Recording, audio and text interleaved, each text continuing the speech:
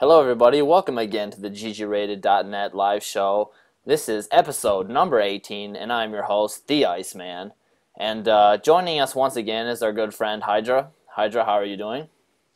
Doing fine. Ready for today's show? We're going to have a lot of stuff to cover. And obviously, a big focus on MLG, as everyone might be expecting, because it was like one of the most epic events ever. Not the best ever, in my opinion, but still very, very good. Yes, definitely. We'll be covering MLG thoroughly among all the other spectacular topics we have today. And joining us today, we have one member out and one new special guest in. Sebastian is out. I believe he's busy with some work today and he couldn't make it to the show, so we're going to be missing him. But joining us is one of our friends from Rush Zone, the site that we are currently affiliated with, and they do a lot of Battlefield streaming, and that is our friend Ghost Channer. How you doing, Ghost? I'm not bad, thank you very much. I'm just thrilled to be classed as a special guest. I've never been a special guest before. Oh, it's good to have you here, man. Why don't you introduce yourself a little bit? Tell everybody what you do, what you guys have going on over at Rush Zone, and why you're a StarCraft 2 enthusiast, I guess. So just break it down for us. Yeah, well, I'm a StarCraft 2 enthusiast because I try to play the game. Not quite successful playing the game, but I do try. I do keep up with the game, though.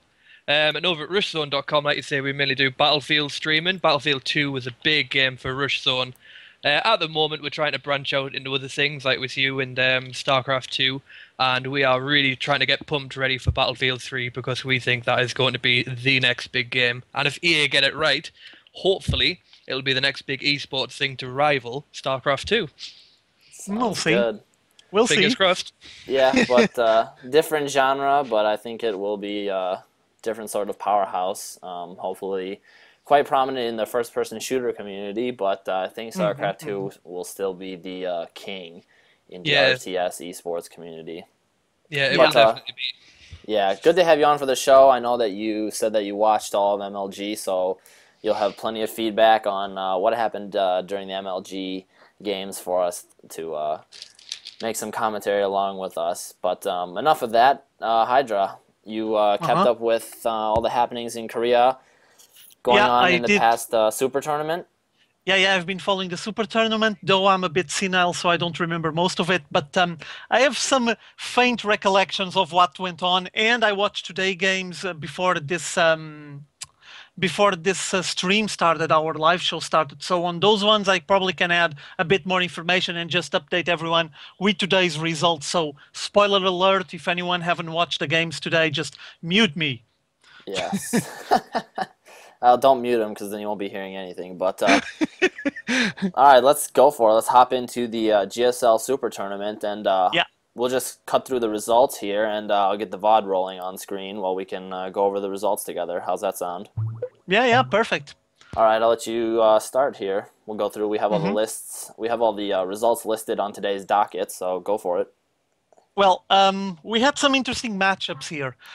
Some upsets, I would say, and some surprises, some interesting surprises, in my modest opinion. Yeah. As you can see on the results, we had OGS Top defeating ST August, formerly known as August Wera, 2-0. This one was a clear one. I mean, people weren't expecting, though August is a solid player, is a good player. OGS Top has been on top of his game, so to speak, pardon the redundancy, but he's been quite good, quite efficient on the GSLs, and he gets constantly very good results. So we were expecting August to not be able to resist his force.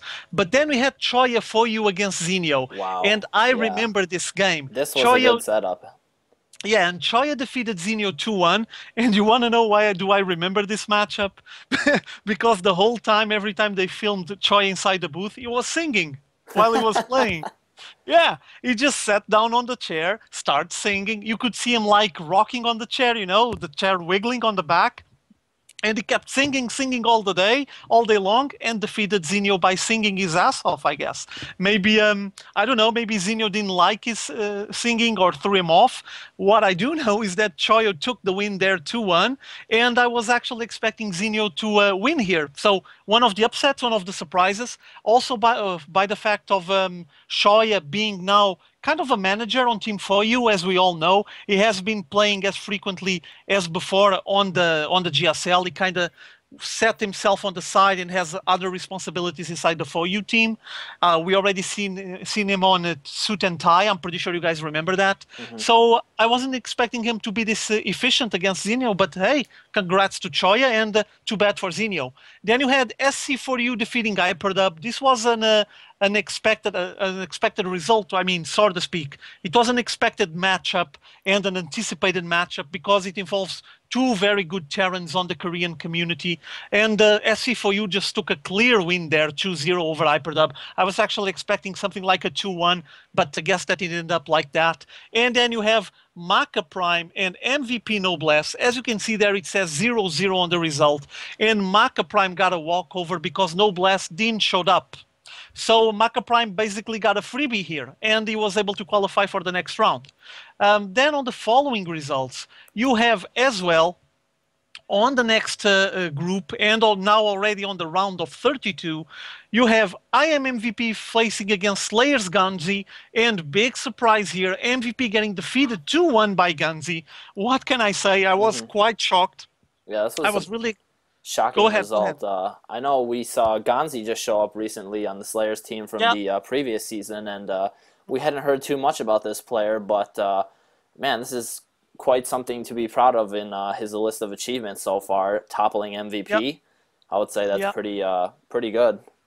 Yeah, it is. And also a sign of the quality of Slayer's team, because I don't know if you've been noticing, but they're getting really, really big. You see players from them all over the place, taking wins, playing really, really good.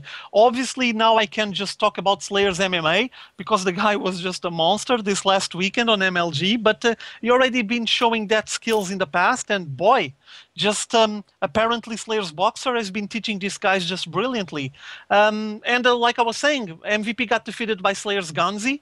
Then you have OGS Supernova defeated by Slayer's MMA 2-1. Slayer's Ryang defeating MVP Violet 2-1.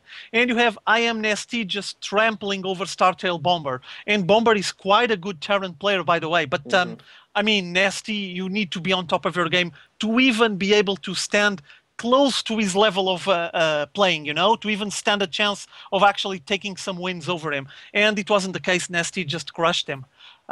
Ghost, what do you think about this? You checked any of these games? You like any of these players here? Well, I personally haven't seen any of the games, but there is one thing that I'm just noticing looking through the Super Tournament, just keeping up with them, and that is there is a lot of Terrans left in. There doesn't seem to be much else left in it. It's a bit worrying maybe that, like, the state of the game and stuff like that, but it's like TVT is just not something that I find entertaining. Yeah, I guess you're right. There's plenty of Terrans. It's also a sign of the mix that they did, because there's Code S, Code A, and even some Code B players mixed in, and you end up with a lot of Terran players.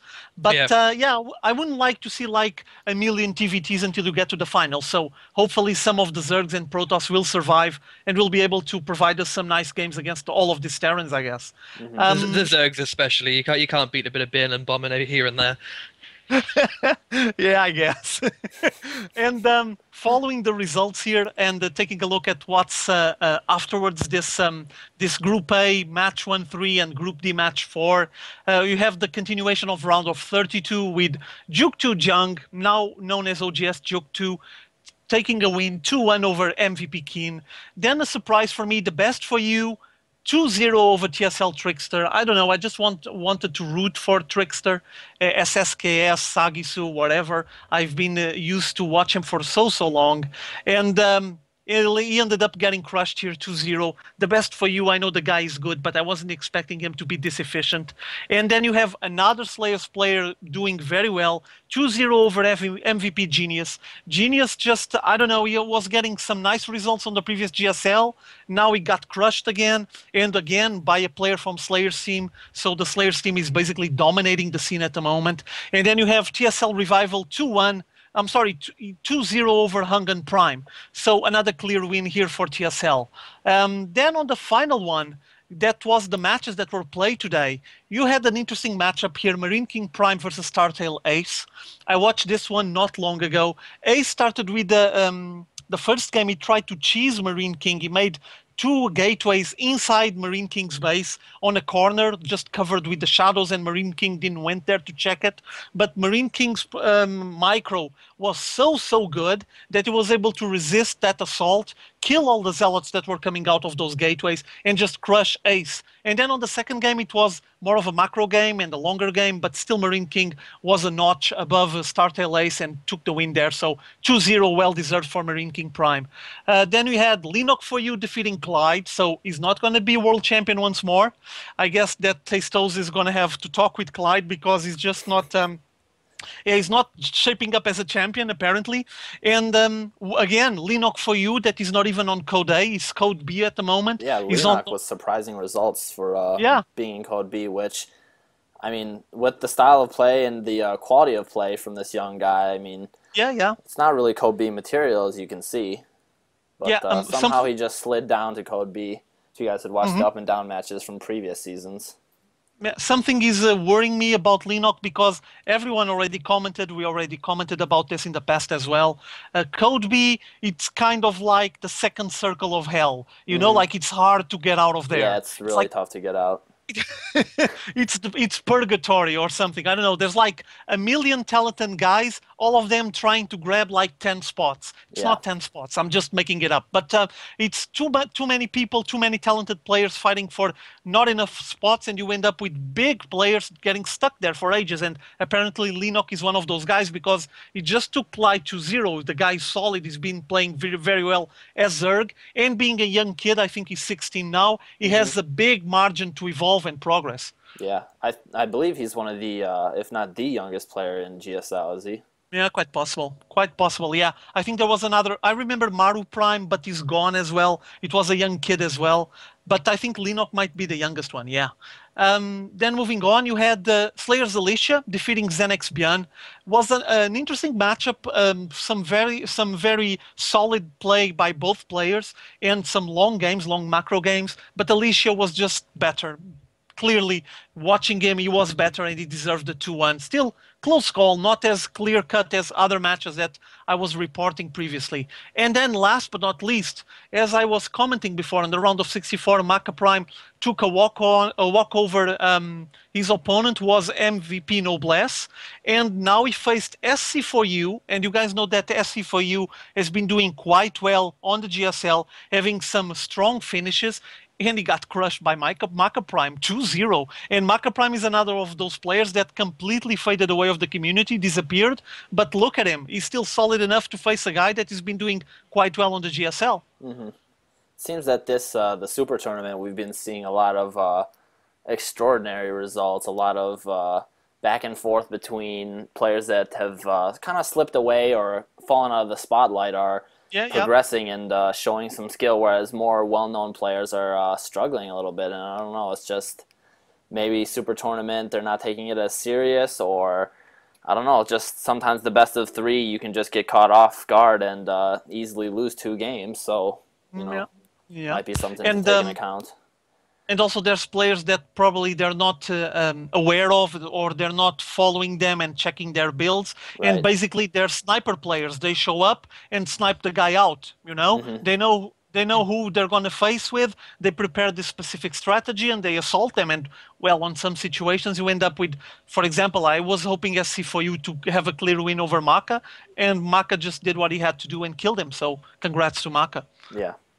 Yeah, the good thing is with Maka as well, even when he fades away, he's still part of the Prime clan, and you can't fault that he's always going to be playing against good opponents like Marine King. He's got the training, you know what I mean? He's always going to be a good player and have good people surrounding him. Yeah, I agree. I mean, he has really good practice partners. As long as he belongs to that group, he's going to have some nice players to practice with, and he's going to be fine-tuned. I mean, at least he can shape up his game to show up on this event. So, yeah, congrats to him. Doing good. Definitely. Well, that about wraps it up for the Korean tournament scene. Let's move on to the North American shore, where basically the meat of all the tournaments took place for the past week. We have 3 major tournaments that were going on: the IPL, NASL, and MLG, all happening on North American soil. So lots of stuff happening here. And I think we're going to hop into NASL Week 8 first. and lots of Go for results it. here.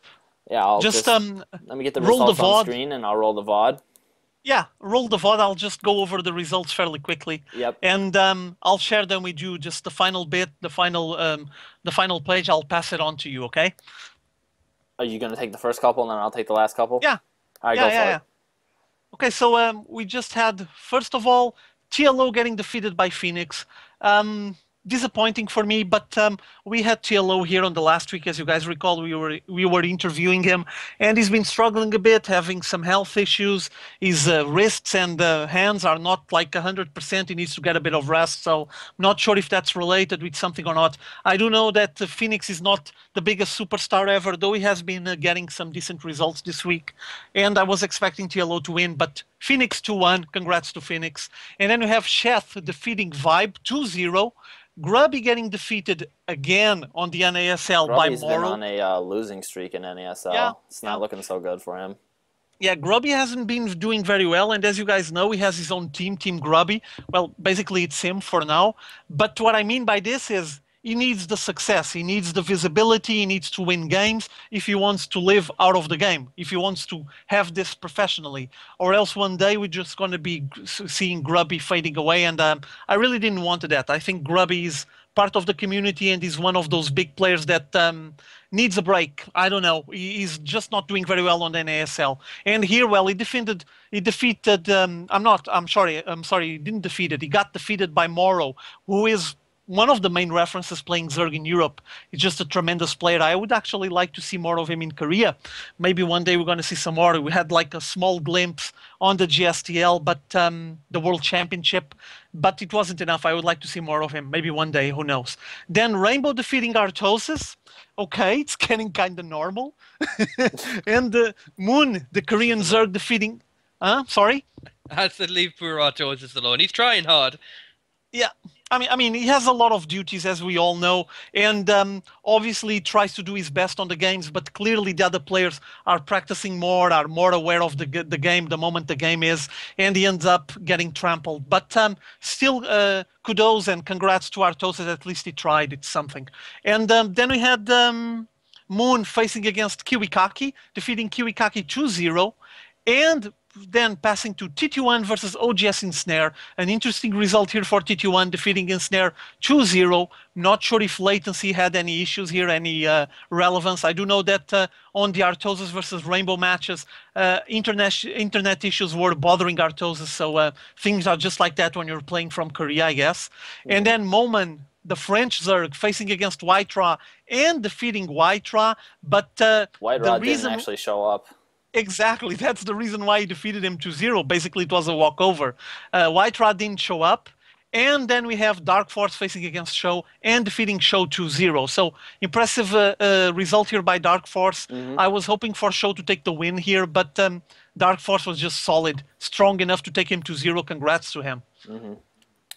And continuing on here with the results from NASL Week 8, we have all the Idra fans, the current scapegoat and hater, Cruncher, defeating QXC 2-0.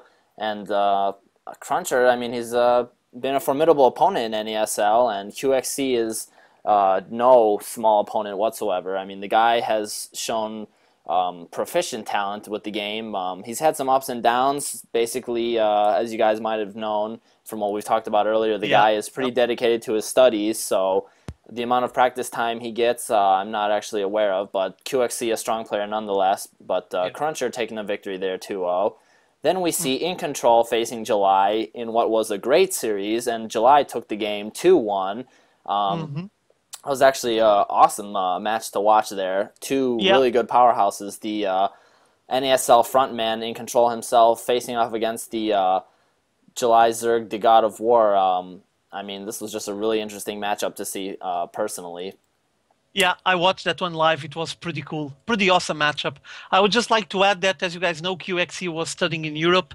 There was some news about him just finishing his studies and starts focusing on StarCraft 2. And as we all know, there's news that the FX Open team is going to move and send their team to play in Korea. And QXE is one of the members that is on the group that is going to be sent to Korea. So we might be seeing more of him soon enough. And facing against the Koreans, he really needs to shape up his game. Yeah, I Yeah, that'd really definitely hope. be interesting.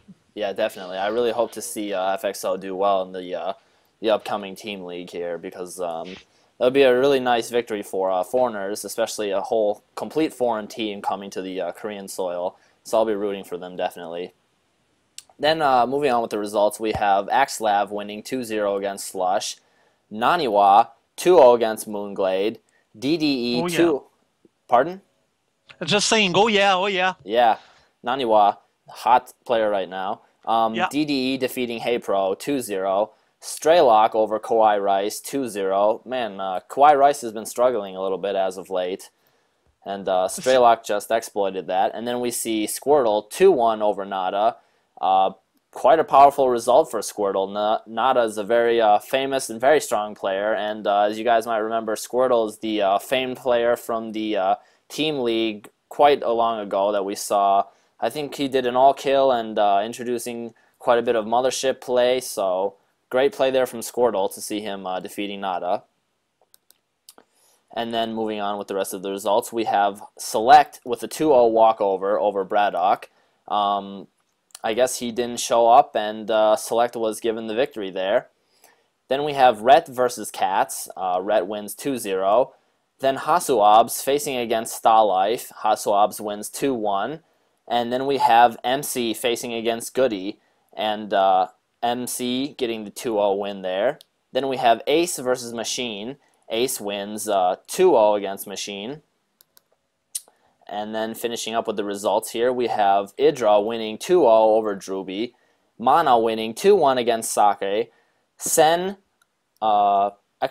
Cloud wins 2-1 over Sen. Yep. And then we have Xenio beating Liquid Tyler 2-0. And then we have Boxer getting a walkover against Pain User. And I guess Pain User has actually quit NASL. That's what they're saying. That he is not notifying NASL, and he will, I guess, not be playing. That's what they're saying. Can you confirm that, Hydra? Yeah, there's something bothering me here. Well, obviously, Pain User as well, but as you can see, there's several players that they don't show up. Yeah. They don't say anything. They're just gone. I mean, obviously, the NASL organization needs to pay attention to these situations and maybe have a really serious talk with these players when they have the chance, or even go for extremes like, okay, this guy and this guy and this guy got to a point where they just ignored NASL after they got a spot. We're just going to ignore them for the next season to show them that things don't work like that. I'm not sure how far does NASL wants to go. What I do know is that on the specific case of Pain User, I'm not sure what's happening with him. He's just basically gone. He didn't show up for the game as well on last week, if I'm not mistaken. And one of the problems on this situation here, and based on the comment that you can read on Team Liquid, is that Pain User didn't said anything, didn't show up, and Boxer, Slayer's Boxer, we're talking here about the Emperor, though much respect to Pain User as well, but even as a human being, I'm not even going to focus much on his status as an icon for the game, for Brood War and StarCraft 2 as well, but focusing on the human aspect of it, I mean, the guy just left Boxer hanging the whole day. It says here, Boxer had to stay up for the entire day, and he was waiting for Pain User to show up. And has a note from NASL saying that this will be noted because Pain User didn't just notify NASL that he was quitting NASL. I mean, just never mind these are pro gamers, never mind it's Slayer's Boxer. Imagine that it's you and me. I mean, if I organize something with you, if I don't show up, I just call saying I'm not going to show up. Right? Yeah, I mean, well, especially with the time change between Korean time and here. That's a big slap in the face, let it being the Emperor, let alone anybody, you know? I mean, that's just... Yeah. As a pro gamer, you have some duties to fulfill as being a pro gamer. I mean, you run a schedule and you claim to be a professional gamer. You need to have the, professional aspect about the way you handle these games. Yeah. And Pain User, I'm not sure what's up with him. Well, I'm pretty sure he's working on all of that IPL stuff. I know he's related with IGN, meaning that he works for them or has collaborations with them, and probably is focusing more on that. I respect that. The only thing he needs to say is showing up and say, listen, I'm focusing on my work with IPL, or I'm focusing on something else, and I'm not going to play more on an ASL. Would Hmm. be fine. Yeah. As you remember, on the previous GG Rated, TLO told us the Korean players to play on the NASL, they get up at 4 a.m., Yeah. something like that. I mean, so Boxer gets up, That's waits crazy. hours and hours. Yeah, he gets up, waits hours and hours for this guy, for paying user. He doesn't show up, doesn't say anything. A bit of lack of respect, in my modest opinion. I'm pretty sure he has his own reasons that I'm not aware of, but hopefully he's going to explain that in the future. Ghost, Yeah. what do you think about this kind of attitude? Well, I've actually had experience of it at LAN events where people have just disappeared from their desks and people go chasing them, and we've been sat there for I think it was an hour and a half at one LAN, and it is Yeah, not nice. I can't even imagine what it's like to wake up at 4 o'clock in the morning and then sit for hours and hours and hours waiting to play the game, yeah. and it is just complete lack of respect, like you say. And I think for it to happen twice is definitely something that should be punished. There's no way about it. I'd normally go for three strikes and you're out, but when the time difference is that big and that major, if the first time you don't have a good reason, then it happens again, then you should be blacklisted. In Yeah. my honest opinion, it sounds harsh, but like you say, professional people, professional rules, professional punishment. Sadly, Yeah, Yeah. yeah, I mean, I think you're right. that's well said. Another point I would like to bring up quickly before we move on with this is this if this thing starts reoccurring and this becomes a common theme among players who just maybe NSL isn't as important that week, or they have something else they want to take care of, so Yeah, they yeah. think, oh, I can just skip out on my games, no big deal. If NASL doesn't come down on this and start moderating this sort of attitude, it's going to give NASL a bad name. And if players feel that they can just get away with this, and this is one of those side tournaments where they can play when they feel it's good for them, then Hmm.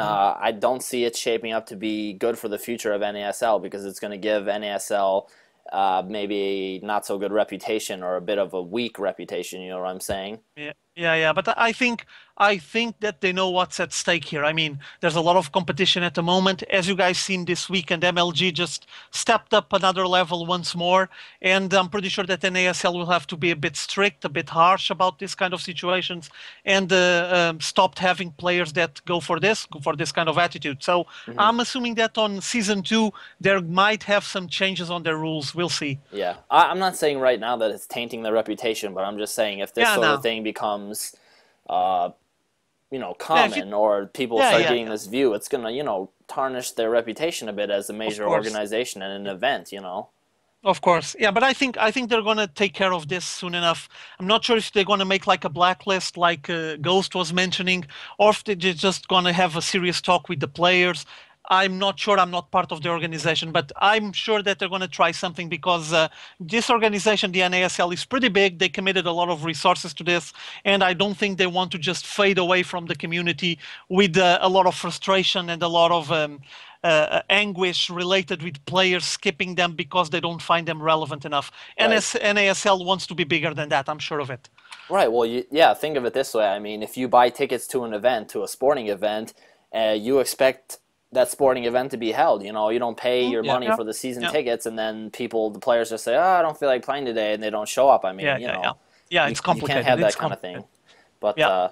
I'm sure they'll work that out, and hopefully, paying users doing all right. I mean, not really sure what's going on right at the moment, but hopefully, it's just he's busy and he hasn't yeah. notified people. But let's move on and continue on now that we mentioned the IPL. Moving on with the IPL, the season 2, the qualifiers are currently still going on, and just recently we had the qualifier number 4 take place this past week, and seeing some new faces show up: Root Minigun, ATN Sake, Six Jacks DDE, and Fox Moonin, all qualifying in the qualifier number 4, Hmm. and we're seeing quite a variety of players, I would say, for the new IPL season. And this is exactly what you were hoping for, was it not, Hydra? Yeah, well, what I'm liking the most is that finally we have a nice mix between Europeans and North Americans. That's something that I find quite important, so they can attract more viewers. Obviously, we do know that the North American side of StarCraft 2 has some solid, good players there, some consistent and quite superstars on the community. I'm remembering, obviously, Idra, but there's other examples of very solid gamers. But to have them mixed with the Europeans, as you might imagine, is going to attract more people, is going to make the event even more attractive than it was before. And if IGN keeps the same standards they had on season 1 with the same production values and all of that, it's going to be at least twice the fun that it was season 1. And boy, season 1 was really good. Yeah, it was really epic. I really enjoyed watching the IPL. I mean, literally, I made the time to watch every single match because it was so good to watch. Yeah. And I would say that the thing that really attracted me in the beginning was the professionalism and just the overall quality. I know we've sounded a bit like a broken record keeping on touching with that, but I just think now with the mix of all these different players from all these different regions is just going to make the product so much better, with the combination of the professionalism of IPL or the IGN team there mixed with all these great superstar players that we're seeing a nice mix of. This is shaping out to be something that's going to be huge, and if they keep it going and evolving like this every season, I see IPL turning into one of the biggest contenders for the StarCraft 2 scene here in terms of attention grabbing. Yeah, it's just I'm just going to pray to God that nobody leaks the results. Yeah, that was that really annoyed me. season. Luckily, I never read them, but I was really annoyed to hear that had happened. Yeah, sometimes I unfortunately left the chat window open and I got some results spoiled for me. So if the results do leak, make sure you turn off chat so that way you don't get trolled. Yeah. But that was unfortunate. And let me just send a shout out here for this player we're watching now on the VOD, that Zerg Gerbil from Team 11 Gaming. He did quite well on this previous qualifier, and much respect for him. He was one of the Zergs that I haven't seen playing before, and I really liked what I saw. I mean, the guy has potential. We'll see in the future if he's going to be able to rise to the occasion. But for now, he was doing very well on these qualifiers. I hope to see more of him. So congrats, Gerbil. Go. Yeah. As you said, Hydra, it's good to see a mix of players, and there's some players who are showing up that I actually haven't heard of. Gerbil specifically, I hadn't heard of him before, but it was nice to see him put up a good fight, put up some entertaining matches for everybody to watch. So IGN, nice that they're including basically everybody they can get their hands on in the IGN Pro League. Any, go ahead. No, just wanted to say that this is the qualifiers. Players are basically applying and trying to see if they're solid enough to get a spot, to clinch a spot into the final event that will happen in the future. And on this moment, well, Gerbil was one of those guys. He was doing pretty well. Congrats to him. But there's other players we might be seeing some stars on the rise. Oh, and let me just, a little side note. I know from what I read that Spanishua is taking care of his school-related issues. He has some stuff to do, but he is considering showing up for the next MLG. I would like to see him qualifying for the IGN, the IPL as well. I think it would be a nice way of him entering the scene on the tournament level, and I'm still waiting for it. I wanted to see if the guy is solid enough. But I think this is the latest news. I was actually hoping to see his name showing up for this IPL, IGN qualifiers, but I think the reason he didn't show up is that one. He's just focusing on his school, get everything done, and then he'll start hitting the scene, so go. Yeah, I would really love it if we see Spanishua show up in IPL. I think this is exactly the kind of domain he would love to experiment with his Zerg creativity in, because it's not the solid play that you kind of see in Korea. I don't think his play style would really suffice in Korea, but somewhere like this in the IGN Pro League where you have a nice mix and a plethora of different players, I think Spanishua would be a player who could do very well in this league and would bring an entertainment factor to IPL that many of the viewers so desire. Yeah, so, I think so. Hoping that Spanishua makes an appearance, but hopefully he gets his schoolwork done as soon as possible and then starts showing up in IPL, as you said, Hydra. But you've got to have priorities. Yeah. But that's enough with IPL. Let's move on to the white elephant in the room that everybody is waiting to talk about, and that is MLG, folks. Ooh, here it comes. Yes, MLG. If you guys missed out on MLG Columbus, then you missed You out missed on out. some epicness because we saw Koreans throwing Hadoukens, we saw Oh, yeah. dancing zealots, we saw all kinds of craziness. And first off, I would just like to talk about the improvements that were made on this year's MLG, this MLG Columbus versus the previous MLG event we saw. If you guys recall, last MLG, they had quite a few issues. The streams were not really working properly, a lot of downtime on the streams. Also, during the event, there was quite a bit of time between each match where people were just sitting around idly and nothing was really going on, which was Yeah. quite frustrating, something that we brought up. And it seems that this time around they got things fixed and they got things right, which is really nice to see. They had two streams going, the red and blue stream, which I think is definitely the way to go. Two streams going, and the casting was wonderful. The streams worked. I barely had any issues. A few times it froze up, and I had to refresh, but other than that, it was going fine for me. And the most important thing is that they kept the games coming. And that was really great to see that MLG made the adjustments, and I'm really proud and happy of them because this was an epic turnout, and the event was just amazing. Hydra, why don't you give us your thoughts, and then after Hydra Ghost, you can take it away and comment on the MLG for how it turned out for you. Yeah, well, first of all, I want to ask you to check the link that I just sent you, see if you can put it up on the stream. And, well, Ghost can check it as well, obviously. I send it to both of you. But meanwhile, I would like to say that, yeah, I was really pleased. Really liked this MLG. It was such a tremendous difference from MLG Dallas. As you guys know, things went really bad on MLG Dallas. It was a mess. And they learned their lessons, did very well on this one. There are still things that can be improved. Obviously, there's always room for improvement.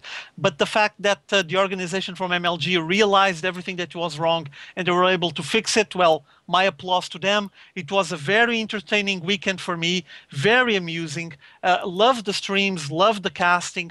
There's little things that are just related with me, with the way I like things to be done, so you can't do anything about that. As a general opinion and in the general perspective, it was good. It was just a really good event. Was it the best I ever saw on this live event? No. For me, it's still DreamHack Invitational. Yeah. Let me tell you why. There was still some gaps, some time lost there, hanging, waiting for the next match to come. Especially on day 1 and day 2, I'm pretty sure there was several matches going on that people weren't able to see, and there was none of the streams covering any of them. I know that Day 9 and Artoses and Tasteless and DJ Wheat, they're all humans. They need to eat. They need to go to the bathroom and so on. But you guys still let pass a lot of matches. There was still plenty of matches to watch. Get someone else to cover the matches. Think about it. Would be a good idea. I'm going to give you an example. You know what people are saying that is still missing on the VODs from MLG and no one casted on MLG? There was an extended match between Thorzane and OGSMC. Would you like to see that? Yeah, actually that is. I believe you started putting that on your channel, and I started watching it there. So. Did that not get casted? I thought I just missed it. That is a crime. I casted 2 games. The first 2 games, I think it's from day 1 or day 2. I'm not sure at the moment. Mm-hmm. OGSMC versus Thorzane. But then they faced again on the 3rd day on an extended matchup. Those matches weren't casted anywhere. There's only replays, and now it's going to be us, the casters on YouTube, taking care of it. But, I mean, isn't the game big enough for MLG just to sit down and cover it? Just do it.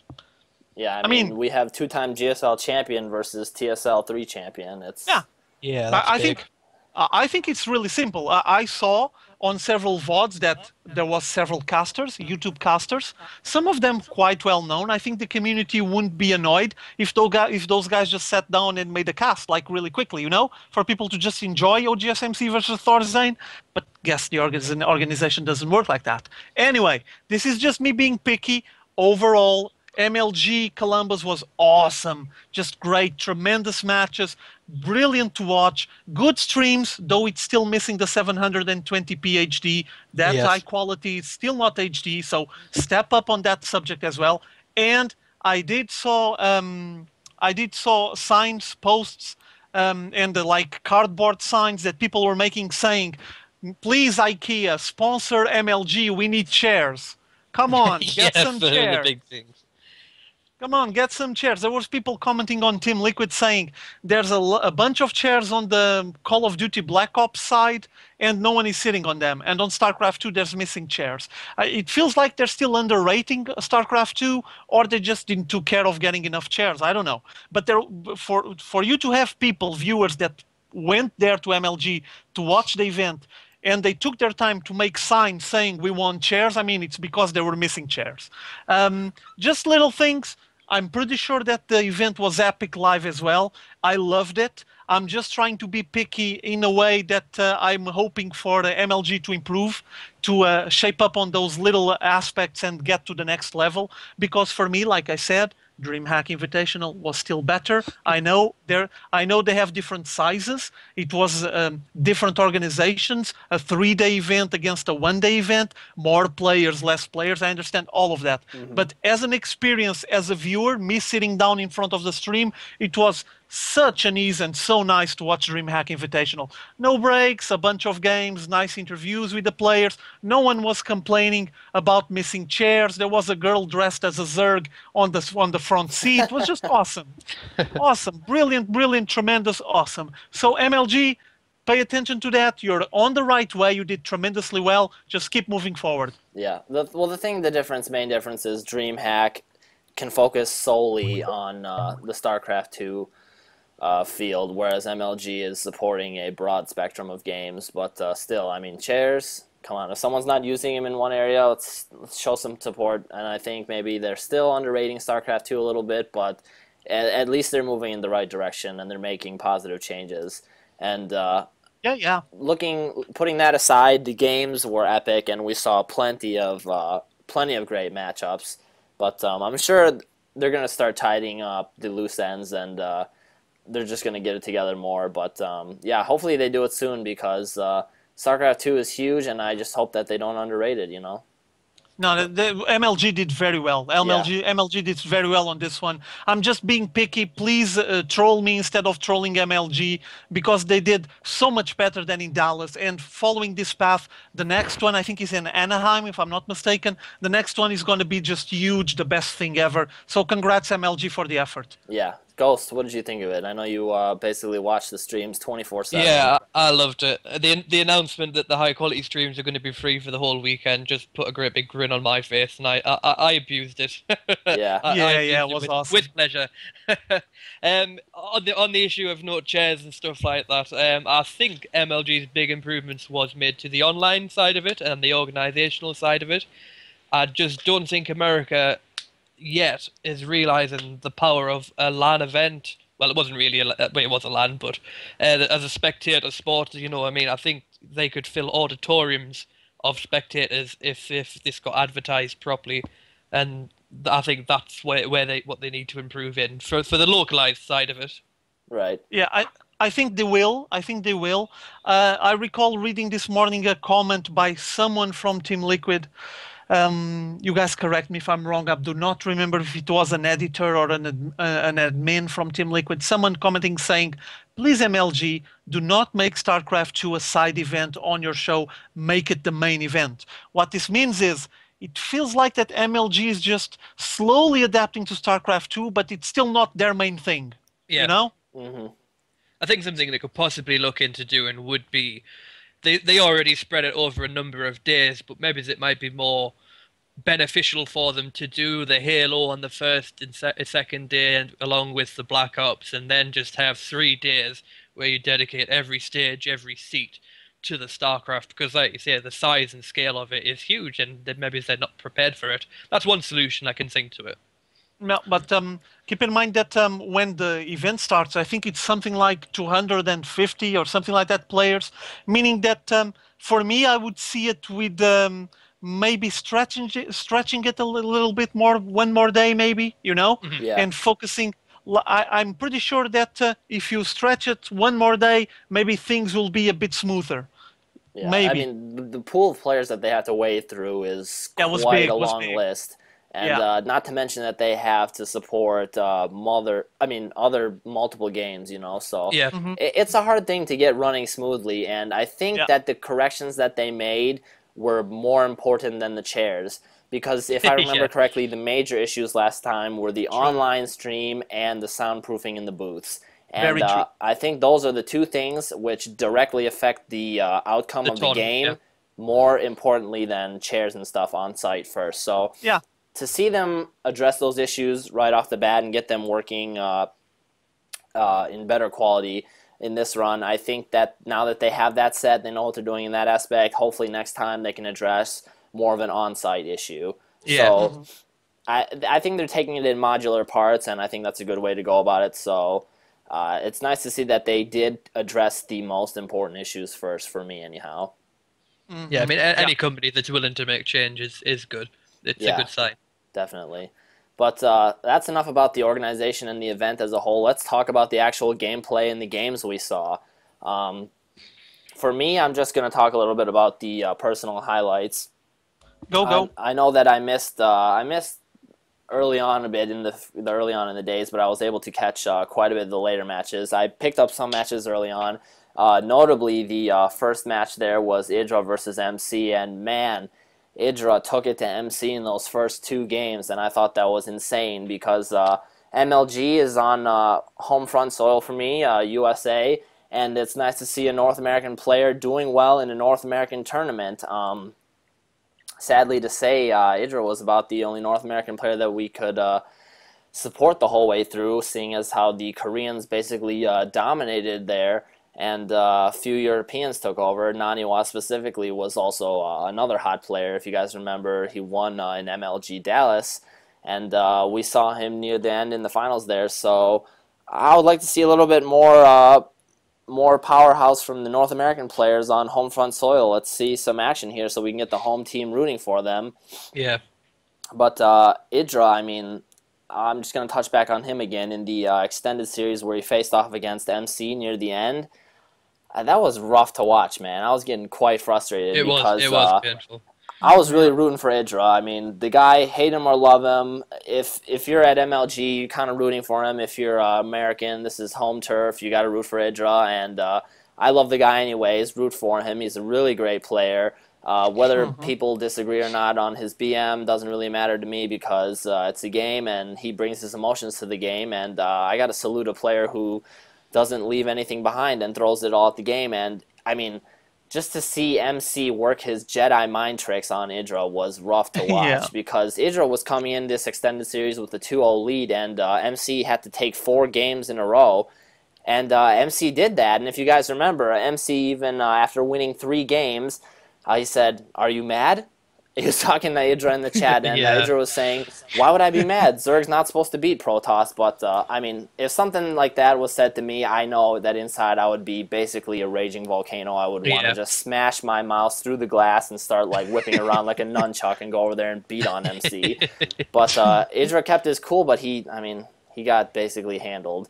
And I think it all started from the first game against MC where he tried to get it over with quickly with some cheese.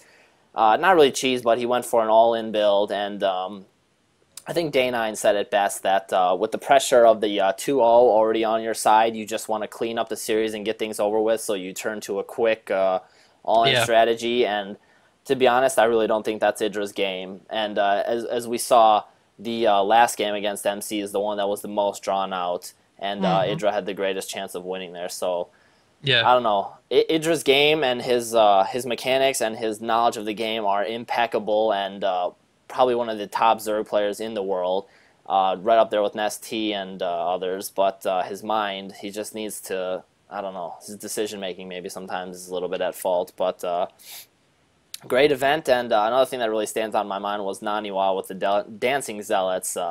Little premature dance there, celebration, and he didn't notice that Dark Shrine was up, and well, Oopsie. he got humiliated. But Why don't you guys discuss a little bit about your favorite events or your favorite moments and talk about the matches? We'll start with you, Ghost. Yeah, my favorite. I mean, I liked the final. I liked the Adria match, but there was one game that I was talking to Hydra about, and it was Slug versus Morrow. It was just the Baneling action in that 3 series was just amazing. I'm a big Baneling fan. I like the little green things that explode. They're fantastic. Easily pleased, you might say, but it So takes a lot of you want a skill to Baneling pull off. plush toy is what you're saying? Yeah, I would love if anybody wants to send me a Baneling plush toy, they would have my heart for life. Any there ladies listening to this, send Ghost Baneling plush toys. Yeah, but there was just this one point where Protoss, there was a good setup going into it. It had lots of sentries, lots of stalkers. Thought it would be a brilliant idea to put shields around all of his units so his ranged units could attack.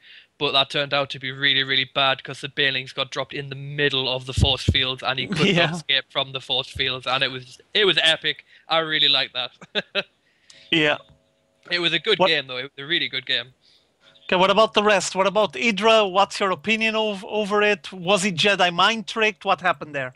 I don't know what was wrong with Idra. I mean, I'm with Jonathan. Idra to me is the whole map control macro mode thing. You know what I mean? That's what Idra does. For me, it was far too aggressive. I was screaming it. You know what I mean? Every time I was watching him, would you just stop going aggressive? Yeah. I would have just loved to have seen him just like in the last match, like you said. I think he was unlucky in that last match that the Dark Templar I think he just threw him off at the end. He was not expecting it. Oh, that was with Naniwa versus MC. That was a different set, different players. Oh no, there was the Templars in the Idra one. Yeah, on the final game there was. Yeah, in the final game. Oh yeah. I'm sorry. Yeah, at the very end of that he had DTs in there. I think that sort of I think Israel would have actually won that game if them Dark Templars didn't come out, because they just killed all of his economy. Yeah, they ravaged it just stopped his, the machine. If you stop Idra's machine working, then there's nothing you can do, and that's exactly what happened. But I really think if them DTs didn't get rolled out, then that might have changed the outcome of the series completely. Yeah, well, his observers and spore crawlers got sniped, and I think one of the other main problems in that last was the Hydras were just so squishy, had no upfront sponge to soak up the DPS from the other units. Force. You need something in front of those Hydras, you know? Yeah, if you it's need Lings or something. Yeah, if it's Zerglings surrounding all of those units, okay, it's something. Roaches, yeah, if you leave just a bunch of Hydras on the front, they get roasted really quickly. They're just squishy, that's all. Yeah. Yep. I mean, we have our own Hydra. We can't leave him by himself. We need to surround him and protect him. Yeah. So for me, I'm not going to insist much on that, the matters that you guys already discussed. For me, yeah, I think that MC played brilliantly outside of the game, you know what I mean? These Jedi mind tricks, that comment that he made inside the game saying, "Are you angry?" and all of that stuff just worked its way to Idra's mind. But I would like to comment something that we still haven't talked and happened a bit before. On the game with Idra and Slayer's MMA, you recall on that game that really weird GG. Oh, yeah. Where it just... Okay, people have been discussing that for a long, long time now. There's plenty of threads and plenty of discussion about it on Team Liquid and other forums, obviously. And I'm not sure exactly what Idra thought about there. There's several opinions at the moment. There's even people making conspiracy theories saying, no, he did it on purpose because he wanted to face MC again. But, well, if that was the plan, it didn't work. Other issues that they say is that probably didn't realize that... Slayer's MMA was on 3 bases. He thought he was on 4, so he thought he was way too delayed, way back on his game, so he wouldn't be able to get back into it and balance the game. So he just GG'd way too soon, just trying to probably save himself, not wear himself too much. There's another one saying as well that there was a bunch of workers all piled up on one corner, and he didn't notice. He just thought that the MMA went there and killed all the workers because he didn't saw any workers on the mineral line. Basically, he had misclicked. But yeah, well, there's a lot of theories. What I do know is that that game was really quirky, really weird, really strange, and you had Idra just GGing out I don't know, out of the blue, was completely unexpected on a moment where he had some Mutalisks and there was no ground force to shoot it. There was just a bunch of siege tanks. So basically, he could start cleaning siege tanks. And Hydra decided to GG out of the match, and people were wondering what the hell happened here. Also, on that same game, keep in mind that because of a misclick as well, MMA pointed all of his siege tanks to one of his command centers, and he just blasted away his own command center. That game was really, really just out of the ordinary. That thing wasn't normal. And basically, out of all of those errors, we have Hydra just GGing much, much too soon, just completely premature, and throwing off his game. I don't know, he felt like he was going down the hill after that game, just after that you went to face MC, and the MC just basically played with him, toyed with him, and I'm pretty sure that Hydra didn't want that, but things didn't went his way. Final comment for me to add: it was a bit unfortunate to see North American and European players not being able to get a bit higher. We did see like Naniwa on the European side and Hydra on the North American side trying to battle against the Koreans and get a bit of... What happened to the rest of the Team Liquid boys? I mean, there was basically a no-show. TLO was the bottom of his pool. Yeah. Tyler was second to bottom of his pool. I mean, In Control, second to bottom. They're joining TLO. I know TLO touched on last week he wanted to come out ahead of In Control in points, but that didn't happen. But, I mean, that's a sad state for home turf. I mean, Sheth and Machine did pretty good, but they still... I mean, they're only average. Yeah, the Koreans cleaned house. Naniwa was still hot, and Hydra was definitely beasting. And in my opinion, Hydra could have won the whole thing. It just seemed like the end there, it was just starting to fall apart in a few different ways. Yeah, he just mentally broke there. I don't know. MC knew exactly which button to push. He pushed the button, and Hydra just went down. And on the mind games, MC was just light years ahead of him. Simple as that. Go ahead. I was going to say, I think outside of Hook, I've yet to see an American actually play mind games with people. It seems to be a lot more of a Korean thing.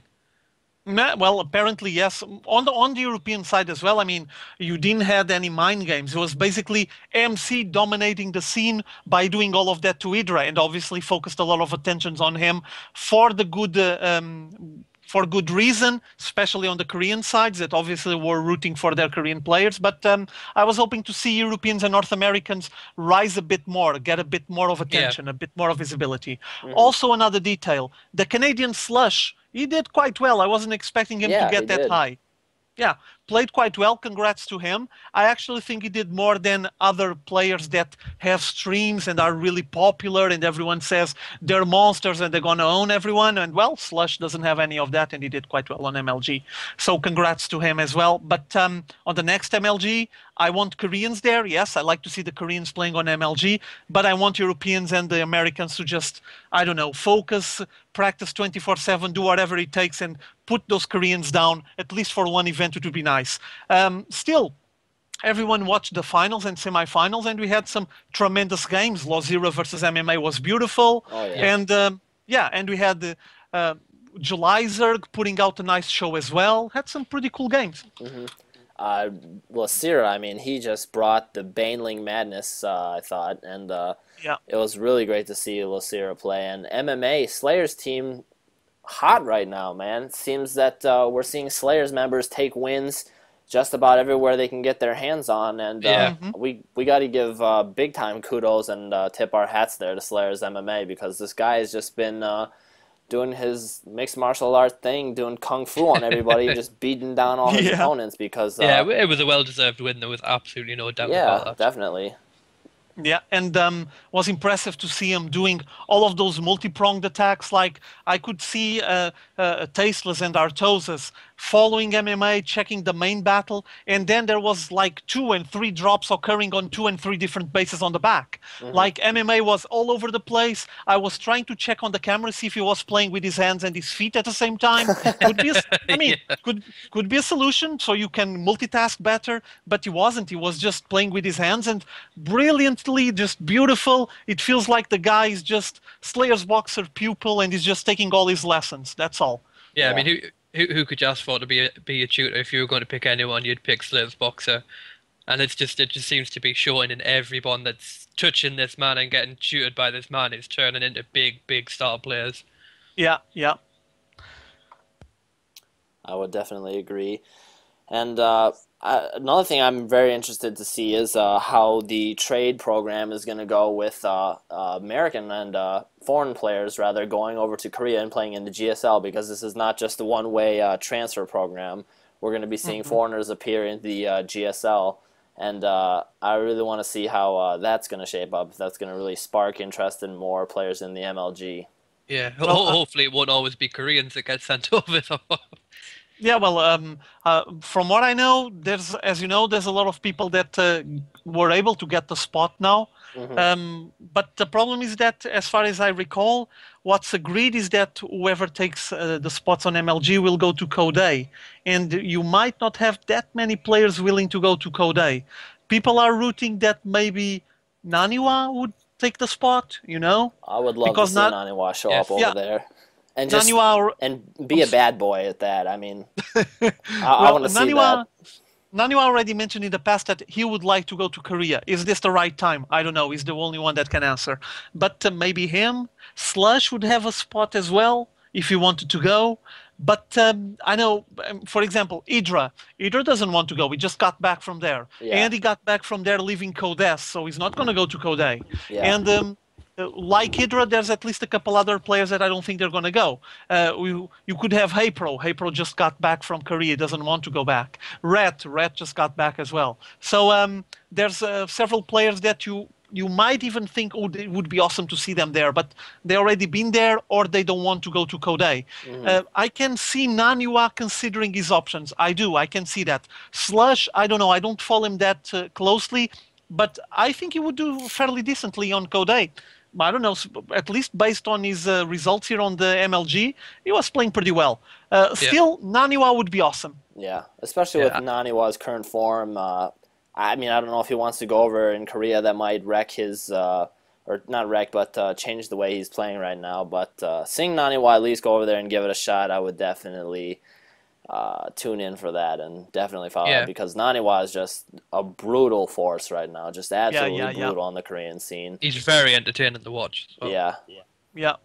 But I think the only big problem is with the whole going into Code A and stuff like that as well. Is it's a big step up in going to an American LAN event and playing, and then all of a sudden going to Korea to be in Code 8. It's a big step up that some people might not be wanting to do socially. You know, there's a million and one reasons. It's a big step up.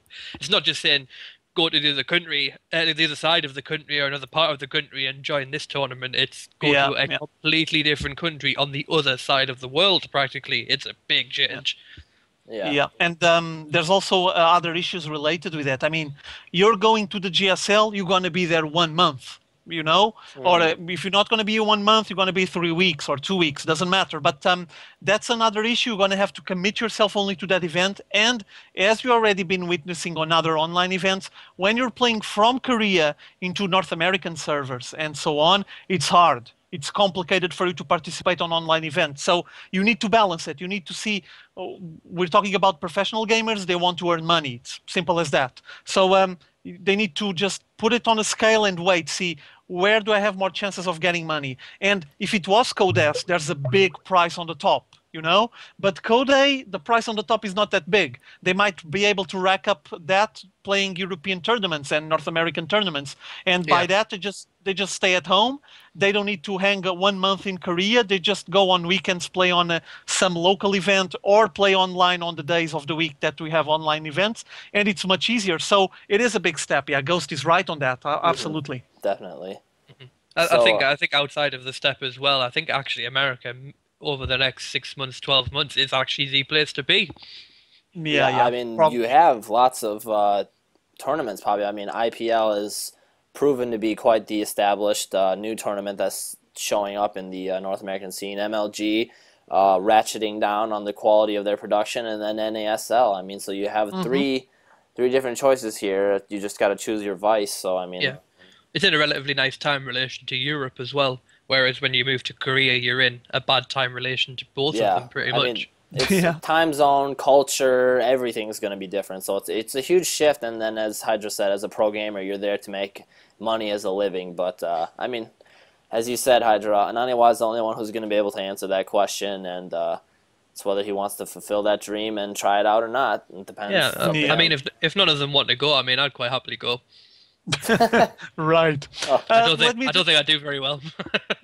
let me just add a couple of comments here, just to make some short mentions to players that actually didn't do very well on MLG, and people might have not noticed that. Just gonna make I think you have a screen there with the pool results with wins and defeats. Iceman, do you have that? Maybe you could Uh, show it on the screen. Yeah, I can try. The problem is the Yeah, numbers it's are so little, small. I isn't don't think it? that the resolution Yeah. is going to show up correctly, so I didn't put Well, that in. okay. So I'll just gonna Just read out show the slides. Yeah. Yeah, it's very simple. You had, for example, on Pool A and B, you have Greytorp, 0 wins, 5 defeats on the series, 2 wins, 10 defeats on the games that he played. Then, okay, Greytorp, we know he's a bit out. He's a caster now on NASL, so it's not a big deal. But Druby, 7, 8, 2 wins, 3 defeats. And then you have Kiwikaki, 1 win, 4 defeats. So it hurts, right? Yeah. Select 0 wins, 5 defeats. He won 2 games and lost 10. You have you have TLO. TLO won 1 game, lost 4 series. I'm sorry, won 1 series, lost 4 series. Won 3 games, lost 9. And then Tyler, 1 win, 4 defeats.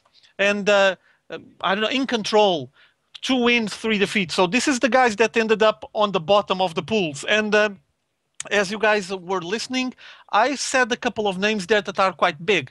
TLO, Select, Kiwikaki, Druby. These guys are good.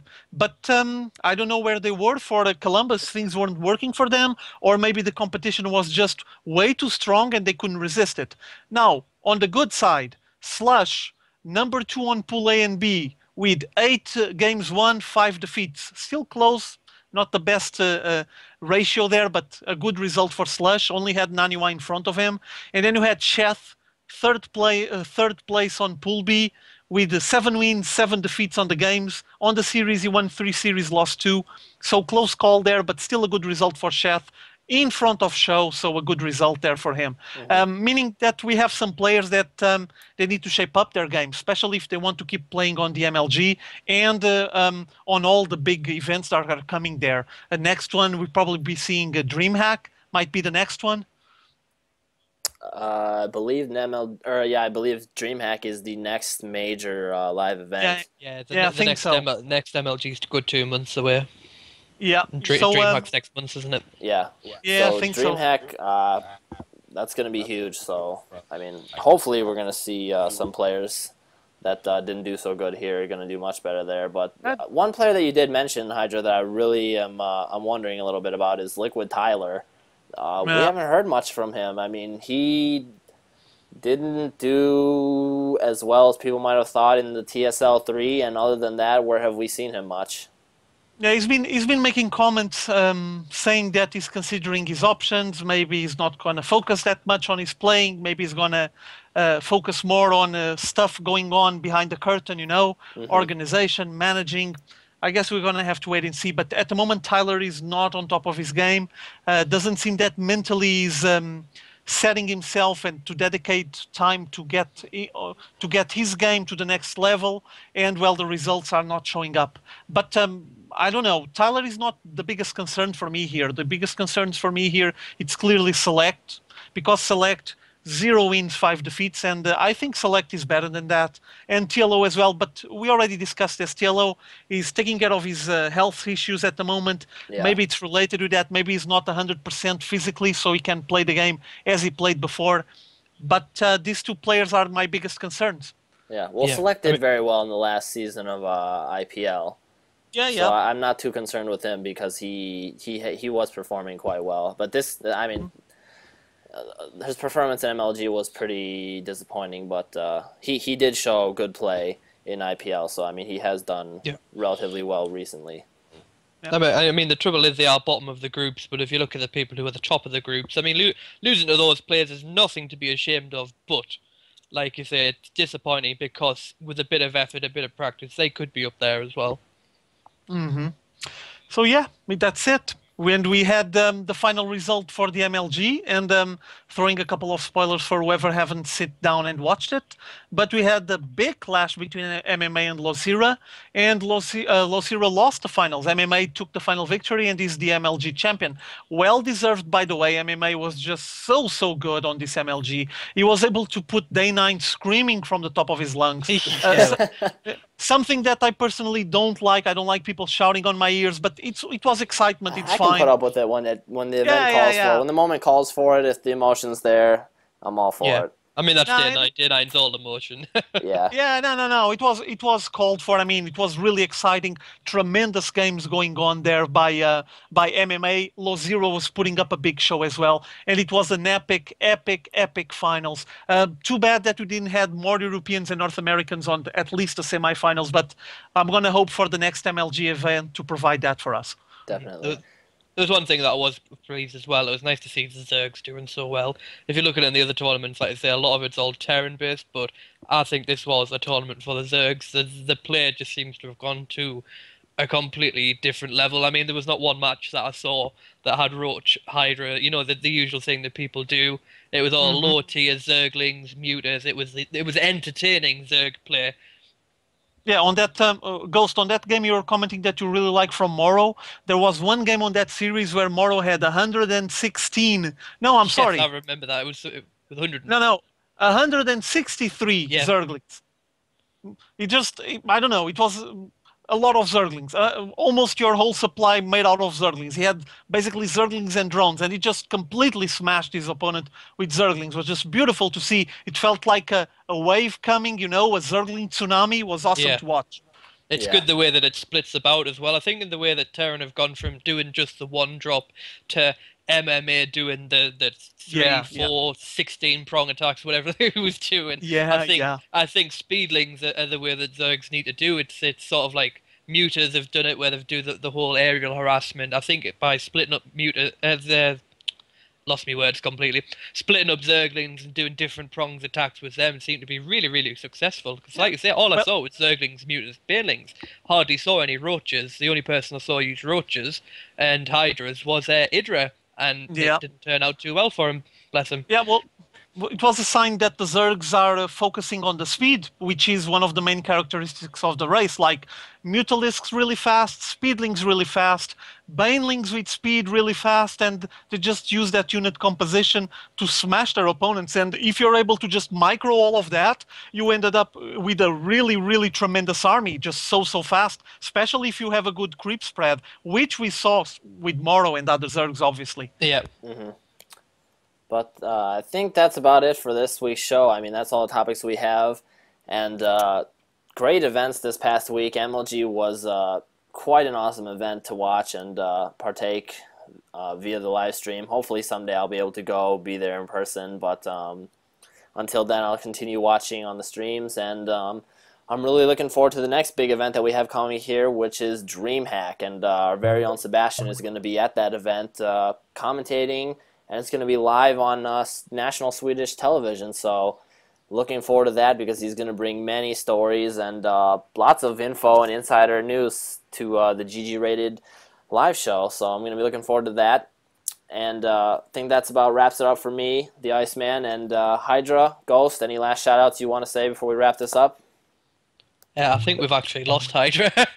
Oh, we have? We have officially lost our Hydra. Go ahead and I'll let you make some shout-outs here as we get Hydra back. I'm back. I am back. He has returned. my internet just died on me, but gladly I was able to finish my sentence and then it just crashed. But I'm back. It's fine. Well, I don't think we heard your sentence, so you might have to repeat it.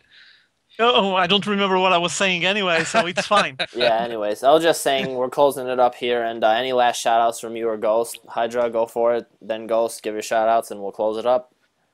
Very short shout-out. If you guys want to check some MLG matches that you missed during the week, just go on my channel, Hydra X on YouTube, and I already have there MC against Idra, and have MC against Thorzane, and because MLG didn't cover the extended series between AMC and Thorzane, I will be taking care of that series. Not sure if I'm going to start tomorrow, but I will be starting soon. So if you guys want to see that, it was something that a lot of people missed. Stay tuned. Keep an eye for it.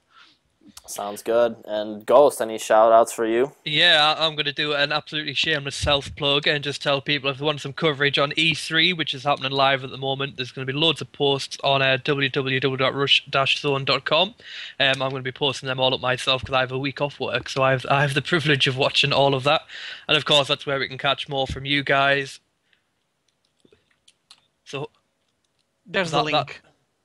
That's superb. There's the link. And that's it for today. Yep. Great show. Ghost, thanks for joining us and filling in No, thank you when very much for Sebastian was having me. gone. And thanks everybody who did show up today. A little bit of a smaller crowd than last week, but it's all right. We still had people showing up, and if you tuned in late and missed out the beginning, check out the VOD or check out the podcast. And guys, subscribe to our Justin.tv channel. That's GG Rated. And also follow us on Twitter, twitter.com/GGrated, and shout out to us, and we'll show you some love. Thanks, everybody, for tuning in and staying with us, and tune in next week. It's going to be a great show, and we have some more big-name stars lined up, hopefully going to be coming on the show and joining us soon enough. So for the Iceman... A little bit more special than me. No, you're special. You're special in a different way, but... Thank you. Anyways... Thanks, everyone. Take care. See ya. Have fun. And this is the Iceman signing out. GG. GG! See you guys. I'll get myself one of them buttons. It's done.